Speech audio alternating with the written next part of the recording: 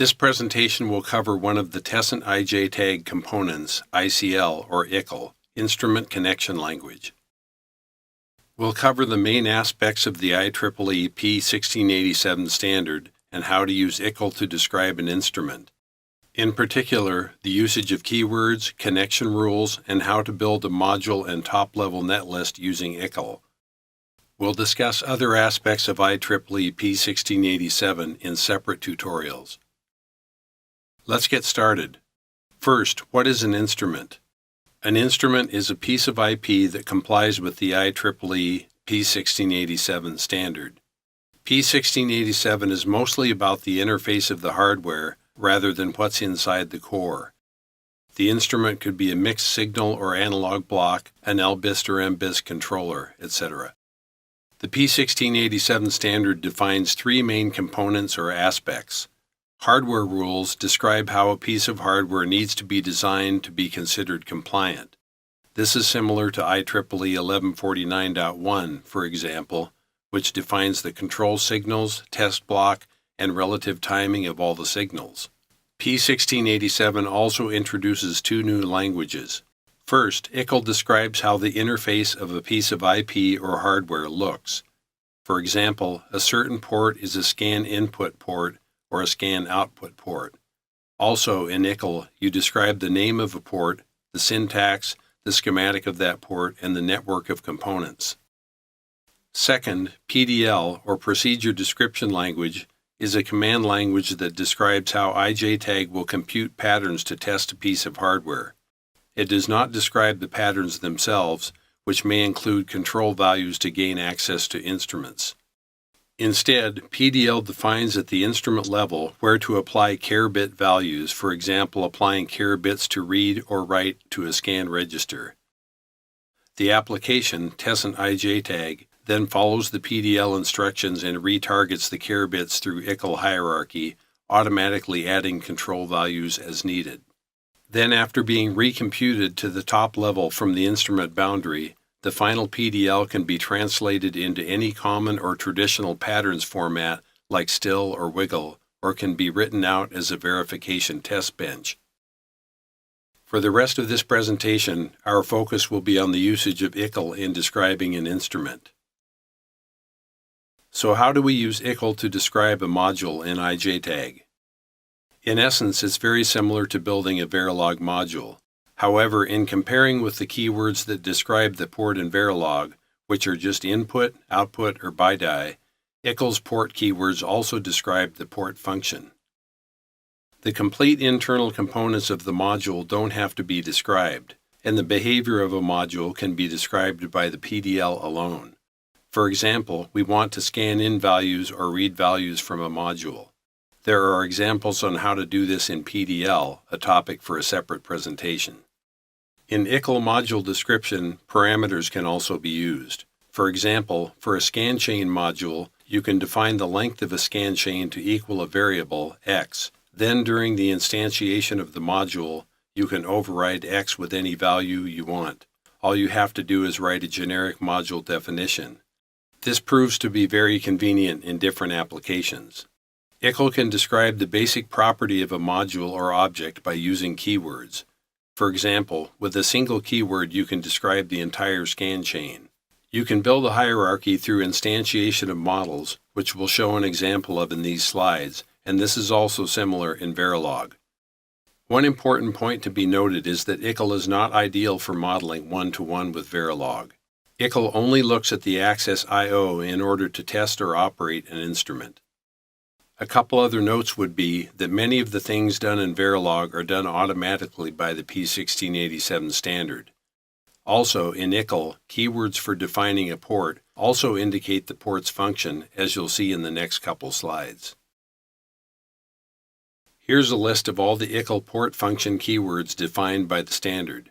As you can see, in many cases they're descriptive of the function. Scan in ports describes the scan input, and data import describes the data input.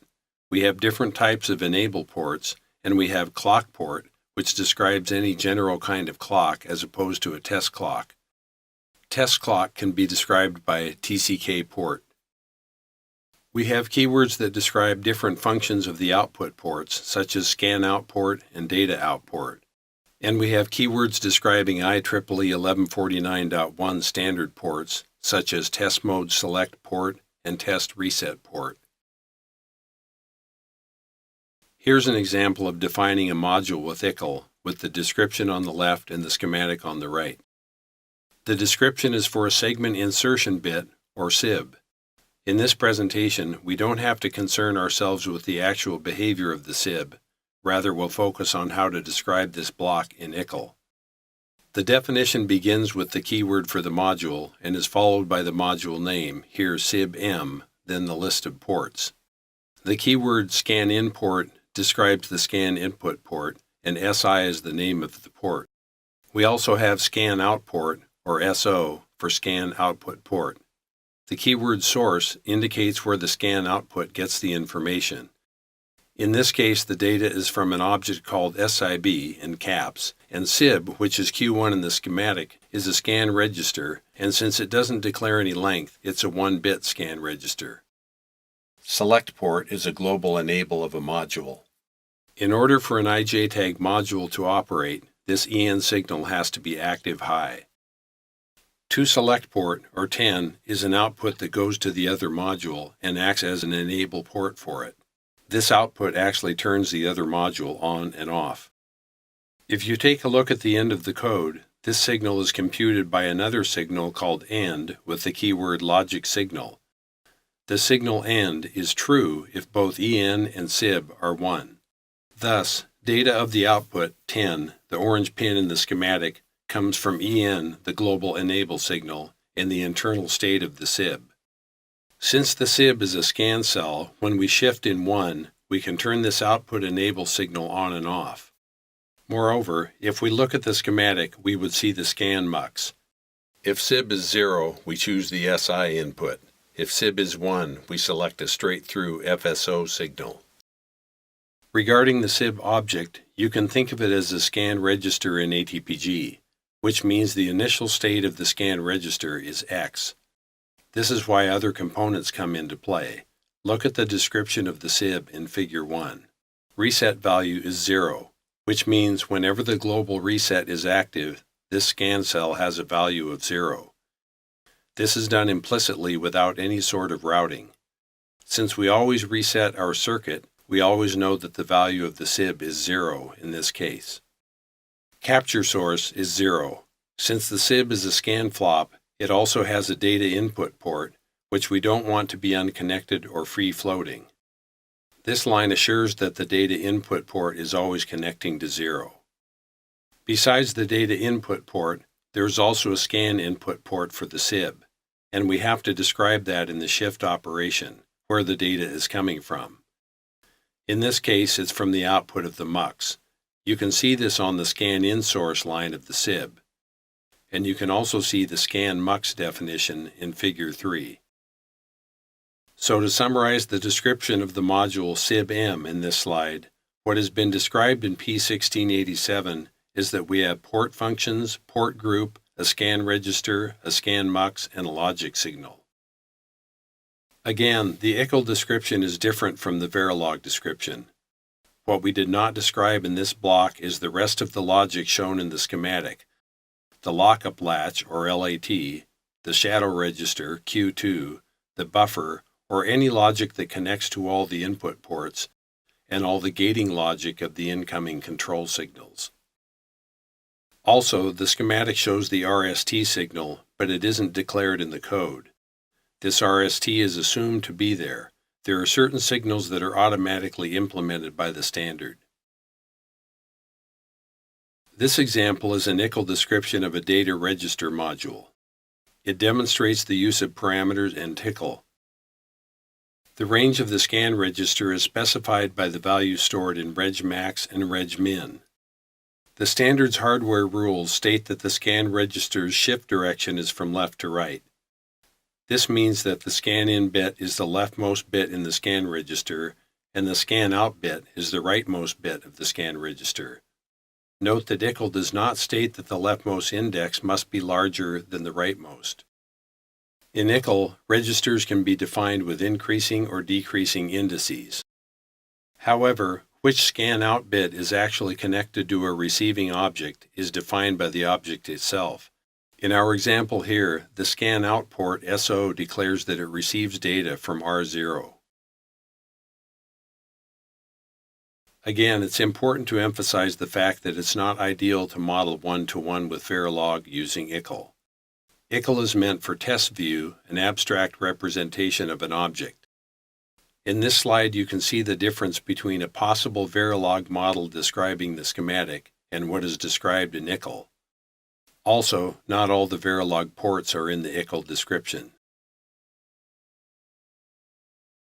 This slide shows how to build a top-level ICL netlist from all the component modules. First, similar to Verilog, you can instantiate the module using keywords.